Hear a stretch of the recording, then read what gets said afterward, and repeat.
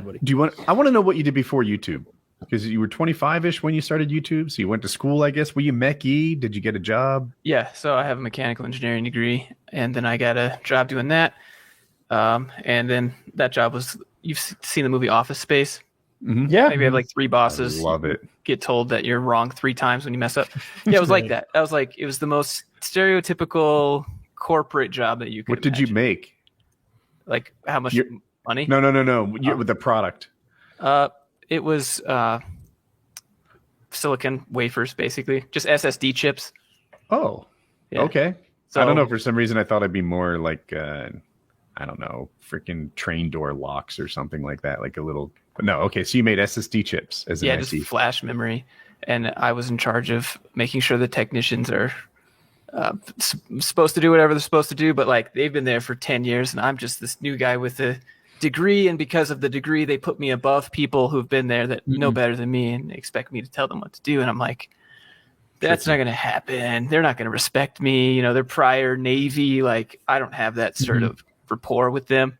Like, I'm going to let these dudes do what they're doing. But that was that job. I was a mechanical engineer, and then I didn't like having to come in to sit at a cubicle farm just to do PowerPoints and Excel sheets. It's like, if I'm going to do this, I want to do this at home. So I went and asked, and they said, no, you can't do that.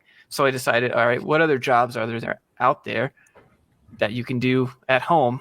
And when I did it, it was mostly programming at the time. And I was like, yeah, I could probably do that. I played video games as a kid.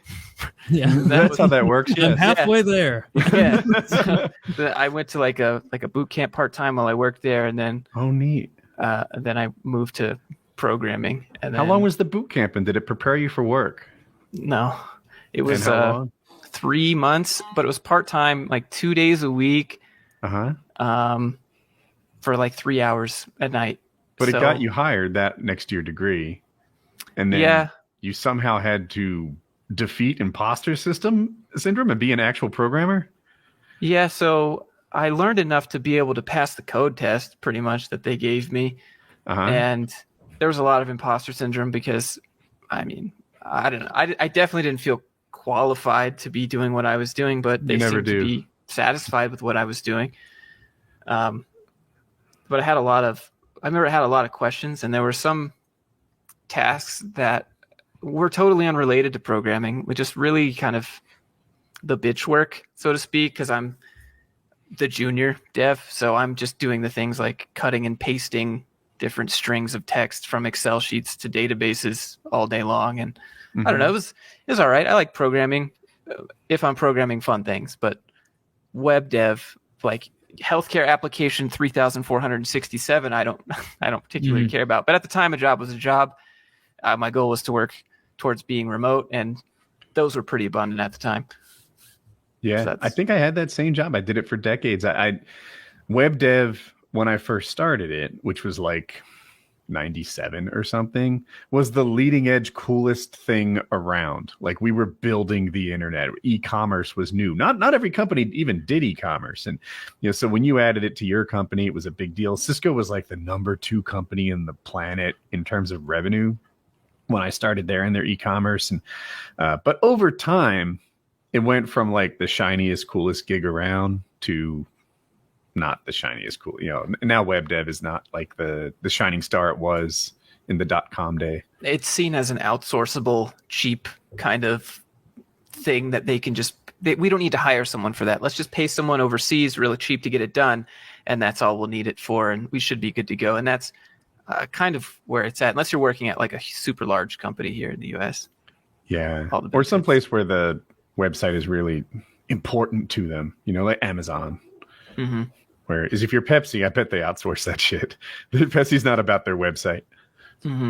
Was it working at that Office Space style place that inspired a lot of your content here, kind of analyzing and critiquing corporate structures and corporate thought? Everything that I've poked at in my on my channel, I've experienced, like, literally all the things in such a short amount of time. I don't know if it was just luck or what, but it almost seemed like every single job had some sort of ridiculous I don't know, gotcha to it that I was like, this can't be. Like, I heard about it from my dad growing up. He worked that kind of corporate job, had a boss that got paid to do nothing but told him what to do, all the hard stuff, and got paid way more. And so like he'd tell me about how corporate works and like they don't care about you and stuff, and I'd be like, you're just complaining, Dad had a hard day. But like then I got to that age and I was like, they don't care about you at all. Like like this, like it all came together.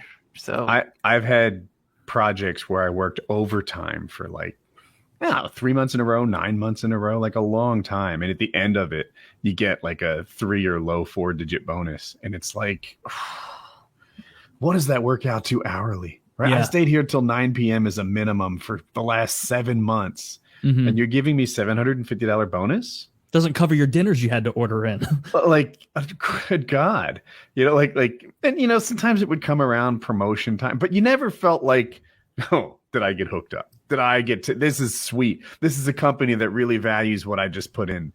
No, it's like your bonus is shit, but your raise is like 3% more. And over lifetime, that kind of accumulates into something, but it's just never good.